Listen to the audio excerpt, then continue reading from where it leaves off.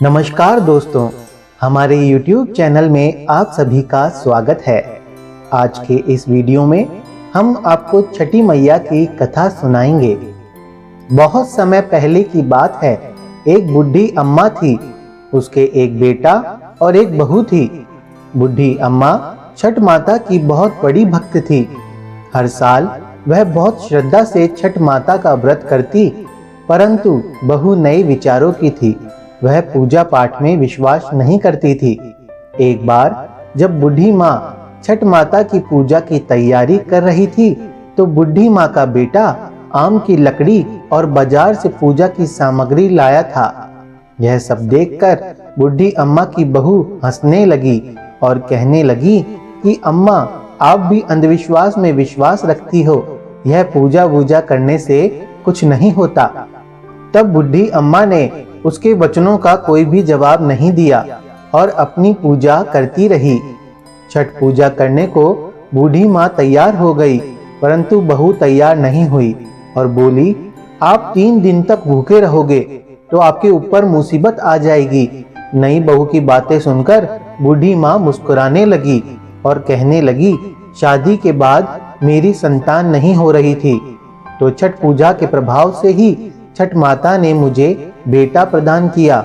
और तुझे पता है, यह अंधविश्वास नहीं है, माता का कण कण में निवास है। मेरी बात मान ले, तू भी मेरे साथ छठ माता की पूजा कर, तेरी भी गोद छठ माता जरूर भरेगी। पर बहू ने किसी की नहीं सुनी।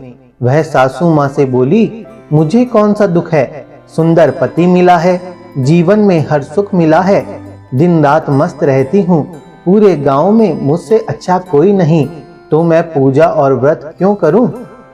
वह नहीं समझी। वह नास्तिक थी और छठ माता की बुराई करती जा रही थी। इतने में उसका पति वहां आता है और उसे समझाने की कोशिश करता है, पर वह नहीं मानी। उसके पति ने कहा, ठीक है, तुम्हें पूजा पाठ नहीं करनी तो मत करो, लेकिन मेरी माँ से झगड़ा भी मत करो और जाकर तैयार हो जाओ, छठ माता के घाट पर जाना है। बहू बिना रुचि के उनके साथ घाट पर जाती है, लेकिन पूजा करने की वजह वह मेले में घूमने चली जाती है। कुछ देर बाद उसका पति उसे वहां ना पाकर उसे ढूंढने लगता है, तो वह हलवाई के पास स्वादिष्ट पकवान खाती हुई दिखाई देती है। पति कहता है, अरे तुम यहाँ तक आई हो तो कुछ देर माँ के साथ ही बैठ जाओ। पत्नी झुंझला कर बोली, मैं पूजा पाठ में नहीं बैठने वाली, मैं तो घूमूंगी, आप ही करो यह पूजा पाठ। उसका पति वहां से चला जाता है और स्नान करने के लिए जैसे ही डुबकी लगाता है, डुबकी लगाते ही वह डूब जाता है और जोर जोर से चीखने लगता है, पर किसी को उसकी आवाज सुनाई नहीं देती।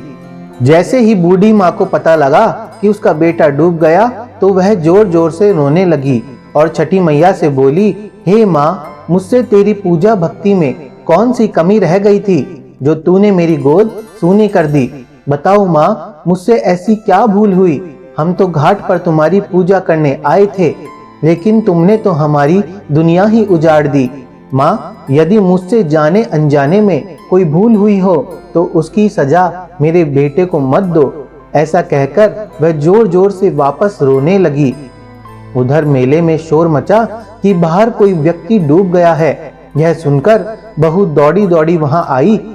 उसने देखा कि उसकी सास जोर जोर से रो रही है और उसका पति डूब गया है।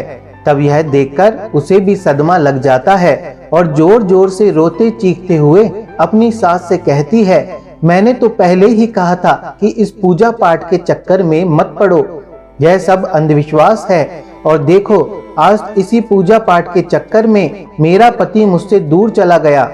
यह घटना देखकर सभी लोग अपने मन में छठी माता को पुकारने लगे और कहने लगे, हे माँ, बूढ़ी अम्मा की पुकार सुन लो।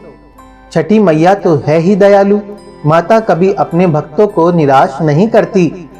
बूढ़ी अम्मा अपनी बहू की बात सुनकर अपने प्राण देने के लिए नदी की तरफ जाती है।